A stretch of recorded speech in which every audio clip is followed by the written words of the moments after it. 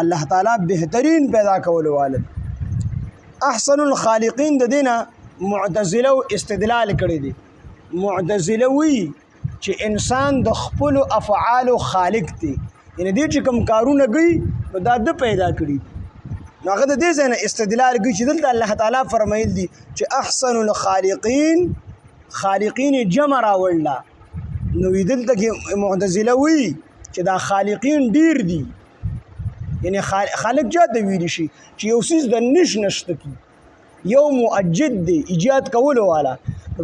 خالق او په موجد کې فرق دی. خالق هغه ذات دی ویل شي چې هغه یو څیز نه وي، د هغې د سره هغه ماده موجوده نه وي او الله تعالی شته کی. او موجد هغه چاته ویل شي چې کوم څیزونه الله تعالی پیدا کړي هغه یو بل سره ولګي یو شی دی جوړ کړي. لکه د جاد موجد، جاد ایجاد کړی دی، نو هغه د اوسپنې مسپنې خو د ځان نه دی پیدا کړی، دا خو الله تعالی دغه میټیریل الله تعالی پیدا کړی دی، هغه ټول یو بل سره ولګي را ولګي بس یو څیز جوړ کړي. نو په خالق او موجد کې فرق دی.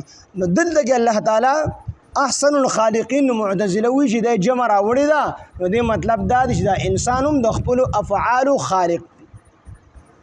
د دې نه معتزله دا استدلال کوي چې الله تعالی نه علاوه نورم خالقین دي. موږ وایو دلته کې دا د خالقینو دا نسبت چې کوم دی دا حقیقي نه دی بلکې دا مجازي دی، دا مجازي شوی دی. عیسی علیه السلام خپل ځان د خلق نسبت کړی دی، خو دغه خلق په معنا د ایجاد سره دی، دا خلقو په معنا د صنعت سره دی، د جوړولو سره. حقیقي معنا د خالق دا نه ده.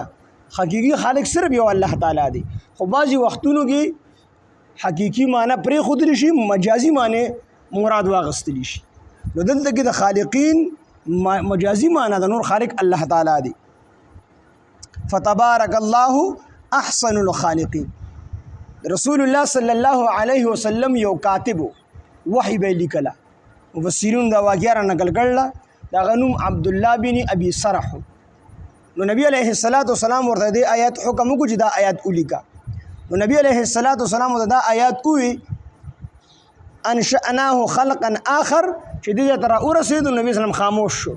نو هغه کاتب په خوله باندې په خپله باندې جاري شو فتبارک الله احسن الخالقین. دی غیر اختیاري په دې خوله باندې جاري شو. نو نبی علیه السلام ورته وفرمیل وي دا ورسره ولیکه دا هم د دې آیات کیسه ده.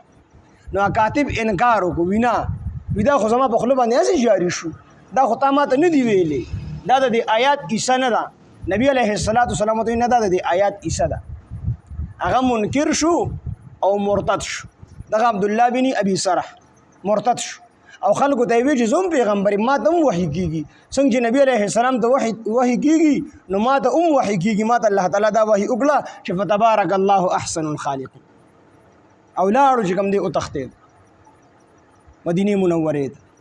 نو بیا چې کله مکه مکرمه فتح شوله، نو نبی علیه السلام د عام معافی اعلان وکړو، خو صرف یو څو کسان مستثنا کړو. او نبی علیه السلام حکم وکړو چې دی ارزه کې بس دی چا اوموندو دی قتل کړی، دی معافي نشته دی. نو په هغې کې یو دا عبد الله بن ابي سرح. نو بیا حضرت عثمان رضی الله عنه د په باره کې سفارش وکړو چې د ترې امن ورکړي شي.